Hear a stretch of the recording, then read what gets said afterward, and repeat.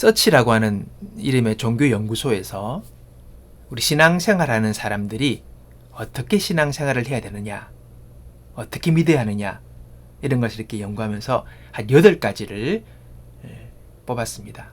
이 조건에 맞게 생활하면 이 사람이 신앙생활을 잘하는 것이다, 그렇게 판단할 수 있다는 것이지요. 첫 번째는 하나님이 구원하시는 은혜를 확실히 믿는 것. 하나님이 구원하시는 은혜를 내가 확실히 믿고 살면 잘하는 겁니다. 두 번째, 그리스도께서 항상 내 곁에 계신다. 예수님께서 항상 내 곁에 계신다 해서 마음이 평안하고 늘 그렇게 감사하며 사는 것, 그게 바른 신앙생활이라는 겁니다. 세 번째, 가정과 직장, 사회에서 믿음과 생활이 일치하는 것. 믿는다고 하면서 이 믿음과 생활이 다르면 안 된다는 거예요. 생활하고 일치가 되는 것. 가정에서나 직장에서나 믿는 내용과 삶이 일치할 때 이 바른 신앙생활을 하는 거다. 네 번째는 기도, 성경 공부, 예배, 참석 등 모든 그 일들을 통해서 항상 영적 성장을 시도하는 사람. 항상 성장하기를 원하는 거죠. 영적 성장이 약해지지 않도록 계속 힘쓰는 그런 신앙생활, 그게 바른 신앙생활이라는 겁니다.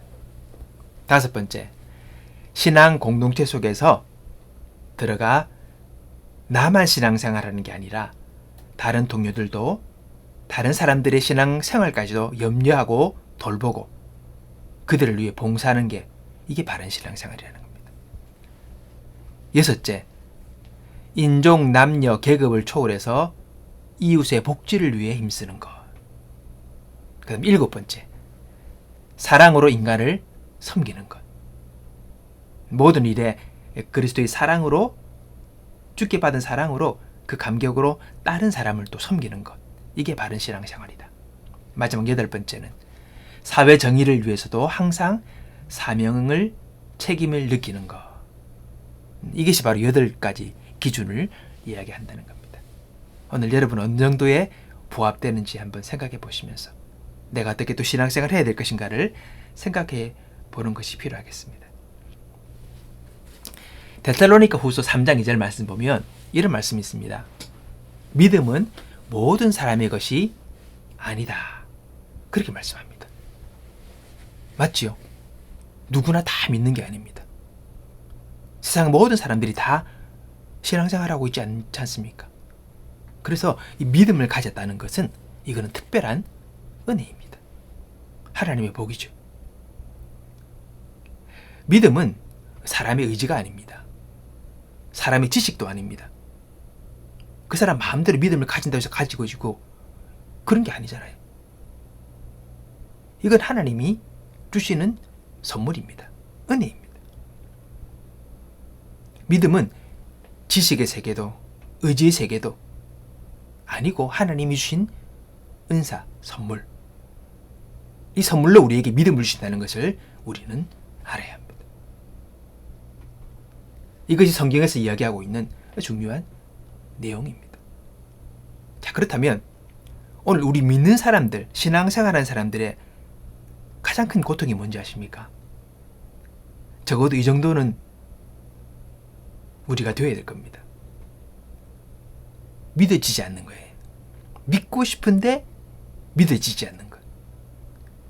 하나님의 사랑이 믿어지지 않고 하나님이 나를 택했다. 이것도 또 하나님이 고난 속에서도 확실히 살아 역사하신다. 나를 사랑하고 계신다. 또 이것도 안 와닿고. 욥은 그러지 않습니까? 자기가 이 모진 고통을 당할 때, 환난을 당할 때에 이 환난을 당한 다음에는 내가 단련한 후 정금같이 나올 것이다. 그런 믿음이 욥에게 있었다는 거죠. 그런 믿음이 우리 가운데 있어야 된다는 것이죠. 고난 중에 그런 믿음 없이 절망 가운데 있다면 참 이것도 우리가 힘든 것입니다. 이 믿음, 또 우리가 성경을 보거나 찬송을 부르거나 또 예배를 드리는 가운데 그 하나님 말씀이 내 마음속에 다 와닿아서 그냥 나를 팍 붙들고 다 그러면 좋겠는데 그렇지 않을 때, 믿음으로 확 와닿지 않을 때, 참 이게 신앙생활하는 사람들의 고통인 것입니다. 믿음을 가지기 원하는데, 믿음은 좋겠는데 그 네 믿음이 내게 없을 때에 신앙생활하는 사람들의 고통 아니겠습니까? 보통 그럽니다. 그 사람에게는 그렇지만 나는 아니야. 그때는 그렇지만 지금은 아니야 라고 자꾸 부정하게 되고 마음에 하나님 능력을 의심하게 될 때에 이처럼 괴로운 것이 없는 것입니다. 여러분, 이 괴로움은요, 어느 정도 믿음이 있기에 이런 고민을 하는 것입니다. 아예 믿음이 없으면 이런 고민 자체가 없는 것입니다. 우리 믿음이 세워지기 원하고 있기 원하고 성장하기를 원합니다. 자, 그러면 신앙인의 가장 큰 축복은 뭡니까? 믿어지는 거죠. 이런 일을 당해도 믿어지고 저런 일을 당해도 하나님의 사랑이고 좀 어려운 일을 당해도 이거 하나님이 내게 주신 시련이고 축복의 과정이라고 믿어지는 것. 이 모든 것이 하나님의 사랑 안에 있다. 역사하심이 있다. 이걸 믿는 것, 이 믿어지는 것, 이보다 더 큰 축복은 없는 것입니다. 하나님께서 우리에게 주시는 말씀과 그 모든 삶 속에서 주님의 역사와 사랑과 은혜를 믿는 것, 도우심을 믿는 것, 오늘 이 믿음이 우리 가운데 살아 역사하기를 원합니다. 자, 오늘 본문에 보니까 로마의 군인 백부장이 나옵니다. 이 사람은 이스라엘의 점령군이에요. 이스라엘 사람이 아닙니다. 율법을 아는 사람도 아니고 바리새 교인도 서기관도 아닙니다. 그냥 군인이에요. 근데 이 사람이 예수님께 나옵니다. 여러분, 성경에 보면 주님은 유대 땅에 이스라엘 백성들에게 그들을 구원하러 먼저 오셨는데 이 와야 할 사람은 안 오고 이방의 점령군이 군인이 예수님께 옵니다. 참 오묘합니다. 자, 보세요. 근데 또 봅시다. 이 사람이 예수님께 나오게 한 그 원인이 뭡니까? 누가 불러왔습니까? 어떻게 왔습니까? 누가 초청했습니까? 이 사람이 예수님께로 나오게 한 것, 바로 그것은 질병이었다는 것입니다. 고난이었다는 것입니다. 그 사람이 가지는 뭡니까? 하인의 병 때문에. 이 병을 고치려고 백방으로 노력했겠지요. 안 됐던 것입니다. 이리 뛰고 저리 뛰고 아무런 수고를 했지만 방법이 없었습니다. 안 됩니다. 결국은 예수님 앞으로 나오게 된 것이죠. 이 백부장을 누가 전도한 것도 아니에요. 누가 이끈 것도 아니에요. 질병이 그리고 고통이 고난이 그를 예수님께로 이끌었다는 것을 우리는 기억해야 합니다. 오늘 나를 이끄는 것이 무엇입니까? 우리도 때때로 병이 걸리기도 하고 고난을 당하기도 하고 삶의 시련을 겪기도 합니다. 우리는 그럴 때 이 시간을 통해 하나님 나를 부르신다는 것을 알아야 합니다. 이 시간을 통해서 하나님께서 나를 올바른 신앙의 사람으로 세우기 위해 하신다는 것을 우리는 알아야 합니다. 이런 것들을 통하여 주님께 나아가는 계기를 우리에게 만드신다는 것, 우리의 신앙을 다시 새롭게 하게 하신다는 것을 우리는 알아야 합니다. 그걸 잊지 않는 저와 여러분 되길 바랍니다. 이 백부장도 오늘 예수님께로 오게 되는 계기가 있었죠. 바로 자기 하인의 병 때문입니다. 자기 하인의 병이 예수님께로 나올 수밖에 없도록 한 것입니다. 그래서 예수님께서 칭찬하십니다. 야, 이만한 믿음을 내가 보지 못했다. 이 백부장을 향해 주님께 칭찬하시는 거예요. 이만한 믿음, 뭐냐? 믿음의 수준과 믿음의 질이 특별하다는 겁니다. 와, 대단하다. 최고다. 이런 식의 주님의 평이 이 백부장을 향하여 나온 것입니다. 근데 여러분, 이 말씀이요, 당시 그 바리새인 교인들, 서기관들, 이들의 반감을 사기가 충분한 그런 말씀이셨어요. 이걸 통해 더 주님을 핍박하게 되는 계기가 될 수 있는 거예요. 왜요? 온 이스라엘 중에도 이만한 믿음을 보지 못했다. 그 이스라엘 중에 누굽니까? 거기 바리새인도 있고 서기관도 있고 제사장도 있고 온 이스라엘 사람이 다 거기 있는 거죠. 근데 이들보다 이 사람이 훨씬 낫다. 주님이 칭찬하시는 거죠. 이 백부장 누굽니까? 로마 군인 아닙니까? 이방 사람이에요. 선민이라는 자긍심이 하늘을 찌르듯이 강하게 있는 그 이스라엘 백성들, 서기관 바리새인들의 자존심을 확 긁는 말 아니겠습니까? 아니 무슨 말을 하냐? 기분을 확 나쁘게 하는 그런 말씀이 될 수 있는 거죠. 자, 봅시다. 그런데 이렇게 크게 칭찬하시고 그리고 나중에는 내 믿음대로 되리라 그렇게 말씀하시면서 하나님은 이 백부장에게 은혜를 베풀어 주십니다. 이 사람은요, 로마 군인이죠. 백부장, 이 직급이 높은 겁니다. 근데 그가 예수님 앞에 나옵니다. 이 사람은 좀 보면 인간적으로도 괜찮은 사람이에요. 자기 노예가 아픈 거예요. 자기가 아픈 게 아니에요. 노예가 누굽니까? 당신은 사고 파는 그런 물건과 같은 존재입니다. 근데 노예가 고침받기 위하여, 노예를 위하여 사람을 사랑하는 마음이 그에게 있었던 거죠. 그리고 또 자기가 직접 예수님께 나옵니다. 점령군의 군인이라면 예수님 당신 좀 와서 우리 노예 좀 고쳐주시오라고 사람을 시켜가지고 그렇게 명령할 수 있는 거 아니겠습니까? 근데 그렇게 하지 않았어요. 점령군의 높은 직급에 있는 군인이었지만 그는 그렇게 하지 않았습니다. 직접 나옵니다. 그리고 예수님께 나와 간청합니다. 자세가 아주 겸손하죠.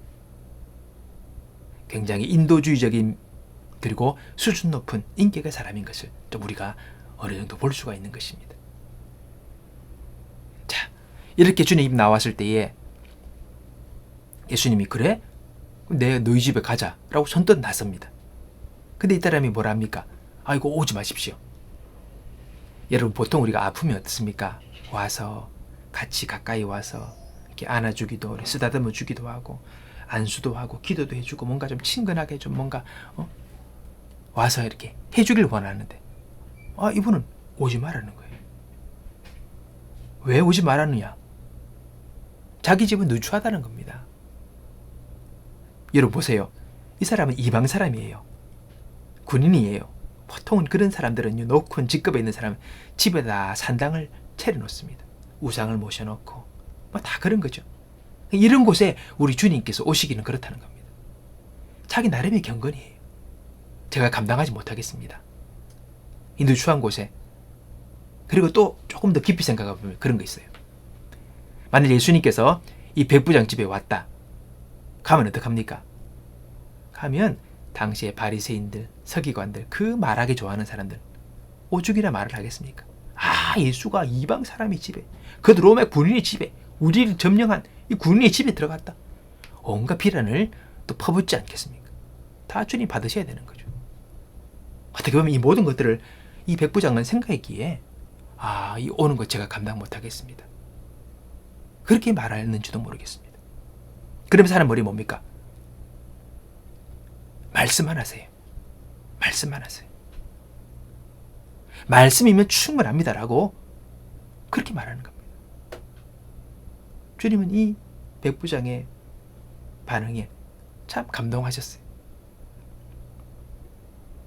말씀만 하십시오. 여러분, 우리가 말씀만으로 이게 참 중요한 말씀입니다. 우리가 성경을 읽고 예배를 드리고 다 그 안에서 말씀만 붙드는 거예요. 기도 응답도 말씀으로. 그 말씀의 능력을, 그걸 믿으면 여러분 우리가 믿음의 승리자가 될 수 있는 것입니다. 그렇게만 하시면 우리 하인이 내 하인이 낫겠습니다라고 백부장은 예수님께 그렇게 말합니다. 다 필요 없습니다. 말씀만 하시면 그냥 다 됩니다. 단순하고 분명하고 확실한 믿음을 오늘 백부장은 고백하고 있는 것입니다. 말씀의 능력을 믿는 사람이었고 말씀하시면 능력이 나타나서 우리 하인이 낫겠다는 분명한 믿음을 그가 가지고 있었던 것입니다. 여러분, 이 반응에 예수님은 참 기뻐하셨지요. 자, 그럼 우리는 어떻습니까? 말씀만으로 하는 게 아니라 말씀을 듣고도 순종치 않을 때가 많아요. 계속 말씀하시는데도 귀를 막고 고집을 부릴 때가 있는 것입니다. 또는요, 심지어 물어보고 주님께 기도하는 가운데 그 응답이 내 마음에 들면 순종하고 내 마음에 안 들면 안 하고 그런 모습을 보일 때가 있잖아요. 오늘 우리가 말씀에 적극적으로 전적으로 그 말씀을 순종하며 아멘으로 나갈 수 있다면 그건 주님을 기뻐하시게 하는 것일 것입니다. 백부장처럼 말씀만 하시면 오라면 오고 가라면 가고 말씀 아니면 확실히 되니 그것이면 충분합니다. 그런 확실한 믿음의 사람이 백부장의 모습이었습니다. 말씀으로 우리는 너무나도 믿음이 약해서 들어보고 마음에 들면 내 마음에 들면 순종하고 내 마음에 들지 않으면 순종하지 않으리라. 이런 생각들, 그런 마음들을 우리가 가질 때가 많다는 것입니다. 오늘 백부장은 순종하고 듣는 것이지요. 순종하고 듣는 것. 예, 말씀만 하면 제가 정적으로 아멘하고 그대로 순종하겠습니다. 아브라함의 믿음이 우린 좋다고 그럽니다. 뭡니까? 아브라함 귀한 아들이지 않습니까? 이삭. 얼마나 백세에 얻은 소중한 아들입니까? 오늘 하나님 말씀하십니다. 백세에 얻은 아들을, 그 소중한 아들 모리아산에 데리고 가서 제물로 바쳐라. 아브라함 입장에서는 왜 그러십니까? 약속이 틀리지 않습니까? 주신다 해놓고 또 가져가십니까?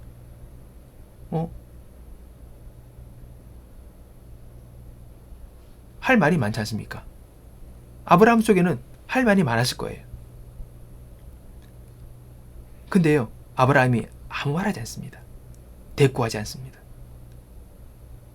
주신 자도 하나님이시고 데려가는 자도 하나님이시니까 그냥 모리아 산으로 아들을 데리고 갑니다. 그게 아브라함의 믿음입니다. 구속 결과가 어떻게 되느냐? 묻지 않습니다. 바치라, 예. 그뿐입니다. 그러면 어떻게 됩니까? 그 다음은 어떻게 됩니까? 또 왜 이래야 합니까? 꼭 그래야만 되겠습니까? 할 말이 많지만 말하지 않습니다. 이 모든 이성적 판단을 다 잠재우고 말씀하시니 드립니다 라고. 그게 아브라함의 클라이막스의 믿음입니다. 최고의 믿음입니다. 거기서 모든 것이 끝납니다. 그 이후로 더 이상의 시험은 아브라함이 없었고 그의 후 말년이 그리고 노년이 주님의 그 축복 속에 보내게 되었다라고 성경은 기록을 합니다. 여러분, 우리가 많이 믿는다고 하지만은 조건이 많을 때가 많습니다. 들어보고 내 마음에 들으면, 내 생각에 맞으면 순종하겠다는 그런 생각들이 많이 있습니다. 근데 오늘 백부장은 말씀하시면 가라면 가고 오라면 오겠습니다. 말씀만 하십시오. 이 말씀 하나면 오케이입니다라고 주님께 그런 전적인 믿음의 고백을 보였을 때 주님은 크게 감동하시고 이만한 믿음을 보지 못했다고 칭찬하십니다. 그리고는요, 무슨 말씀하십니까? 내 믿음대로 되라. 성경 보니까 그 즉시 그 하인의 종이 나았다라고 성경은 기록하고 있는 것입니다. 여러분, 믿는 만큼 은혜를 받아 누리는 겁니다. 믿는 만큼 은사를 받아 누리는 겁니다. 믿는 만큼 하나님의 그 부유하심을 내가 누리며 살아갈 수 있는 것입니다.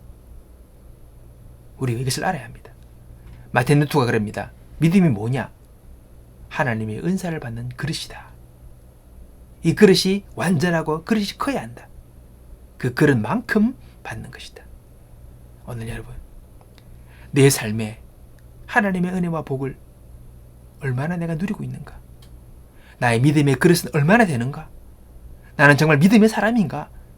우리가 생각하면서 온전한 믿음의 사람으로 주님 앞에 응답하기를 노력할 수 있는 저와 여러분 되기 바랍니다. 나의 신앙의 그릇이, 나의 신앙의 믿음이 어느 정도를 보고 이 믿음의 사람이 되기를 주께 갈망하는 저와 여러분이 되기를 바랍니다.